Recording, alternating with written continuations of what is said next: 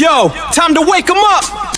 Bonjour et bienvenue sur Discover 360. J'espère que cette chaîne vous plaira. Elle est consacrée à l'intelligence artificielle, au voyage et à la tech. Yo, check the mic, 1, 2. N'oubliez pas de souscrire. Bonne écoute. Next cipher begin. L'IA est partout, elle est en train de tout changer dans notre façon de travailler.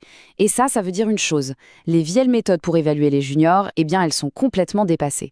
Alors aujourd'hui on va décortiquer ça ensemble, on va voir comment on doit réinventer nos indicateurs de performance pour coller à cette nouvelle réalité.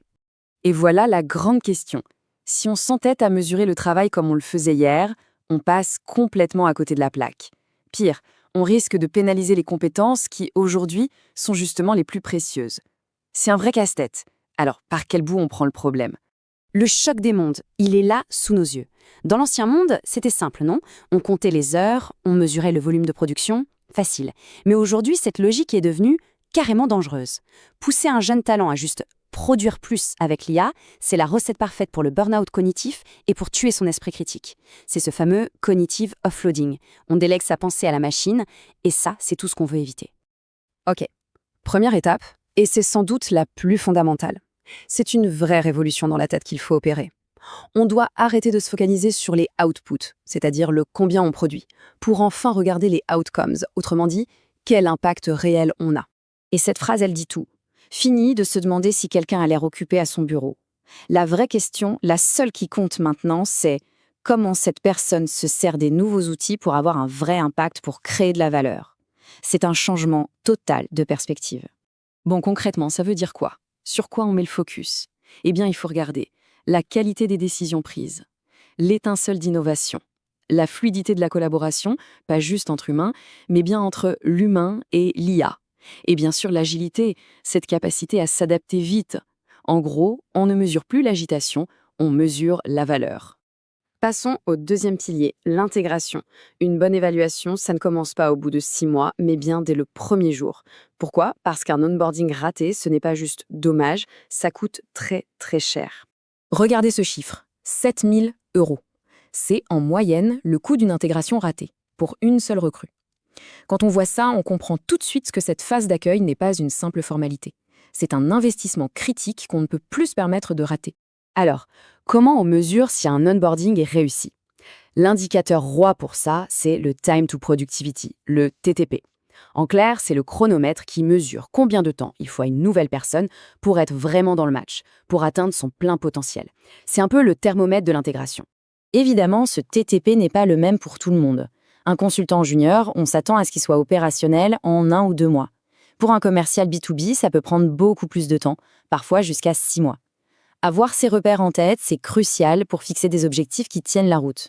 On arrive maintenant au cœur du réacteur, la question à 1 million. Comment fait-on pour évaluer la performance de quelqu'un quand l'IA vient décupler sa productivité ? C'est le vrai nouveau défi. Mais avant même de sortir les instruments de mesure, il faut parler du plus grand piège, le fameux cognitive offloading.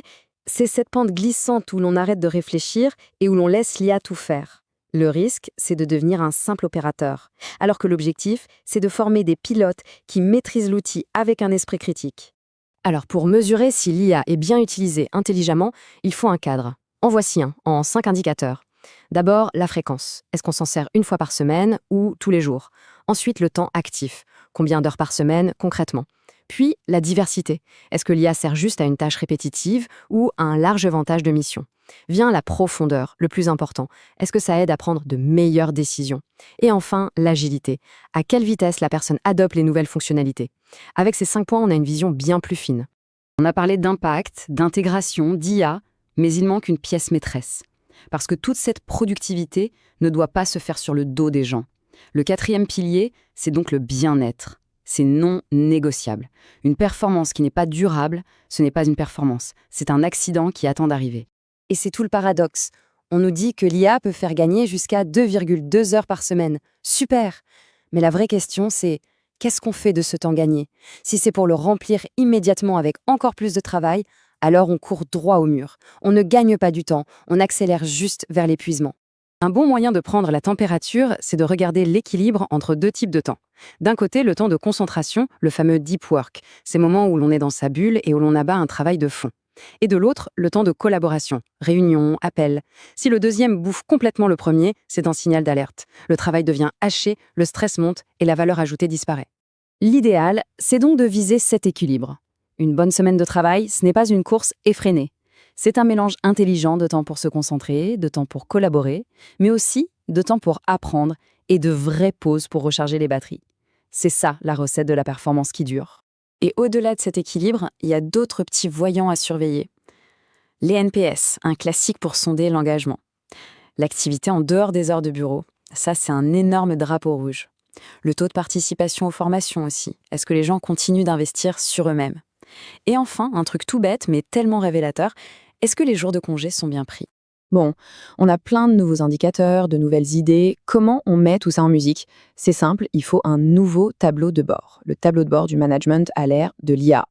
Et voilà à quoi ça pourrait ressembler. Simple, clair, efficace. On a nos 3 grands axes. D'abord l'intégration, avec le TTP. Ensuite l'augmentation IA, qu'on suit avec notre score d'adoption sur 5 critères. Et enfin, le bien-être, avec des indicateurs comme le NPS et ce fameux ratio concentration/collaboration. Avec ça, on a une vision complète, à 360 degrés. Parce qu'au final, il faut bien comprendre une chose. Le but du jeu, ça n'a jamais été de remplacer l'humain par la machine. C'est de trouver la meilleure façon de les faire collaborer. La question n'est plus qui est le meilleur, mais comment on crée la meilleure équipe. Et ça nous laisse avec une dernière interrogation essentielle. Est-ce qu'on est vraiment prêt pour ça? Nos organisations, nos managers sont-ils équipés pour relever ce défi? Voilà la question qui reste ouverte.